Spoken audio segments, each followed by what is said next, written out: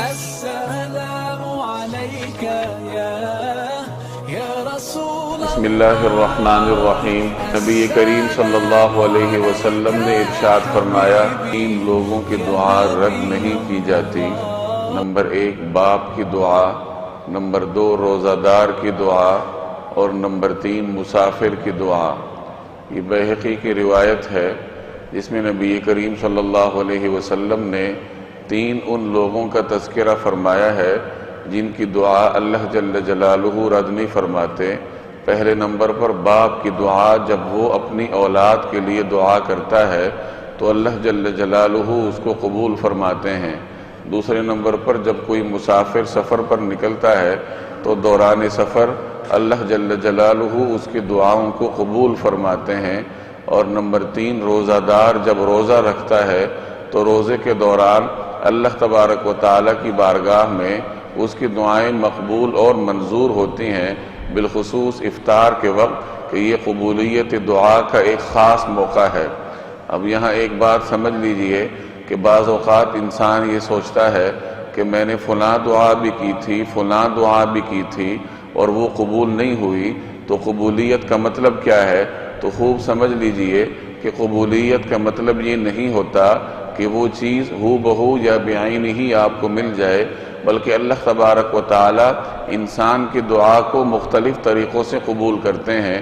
بعض اوقات جو چیز آپ طلب کرتے ہیں اللہ تبارک و تعالی وہی چیز آپ کو عطا فرما دیتے ہیں۔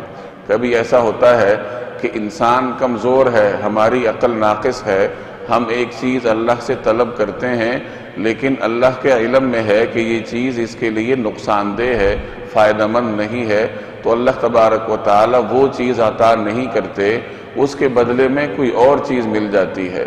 جیسے آپ اللہ تعالیٰ سے کوئی خاص چیز مانگ رہے ہیں، اللہ تعالیٰ اس کے بدلے میں آپ کو صحت دے دیتا ہے، کوئی اور نعمت دے دیتا ہے، اور انسان یہ سوچتا ہے کہ شاید میری دعا قبول نہیں ہوئی، حالانکہ اس کی دعا قبول ہو چکی ہوتی ہے۔ اور دعا کی قبولیت کی ایک صورت یہ بھی ہے کہ انسان کو اس کا بدلہ آخرت میں ملتا ہے، یعنی یا تو اس دعا کا بدلہ آپ کو دنیا میں نہیں دیا جاتا، بلکہ اللہ جل جلالہ آپ کے نامہ اعمال میں اس دعا کو محفوظ رکھتے ہیں، اور قیامت والے دن اس دعا کے بدلے میں آپ کو انوارات اور اجر ملے گا۔ چنانچہ وہاں انسان یہ تمنا کرے گا کہ کاش مجھے دنیا میں کسی دعا کو، میری دنیا میں کوئی دعا قبول نہ ہوتی اور مجھے ہر دعا کا ثمرہ یہاں آ کر ملتا۔ اتنے بیش بہا انوارات اور اجر اللہ تبارک و تعالی آپ کی دعاؤں کے طفیل آپ کو عطا کریں گے۔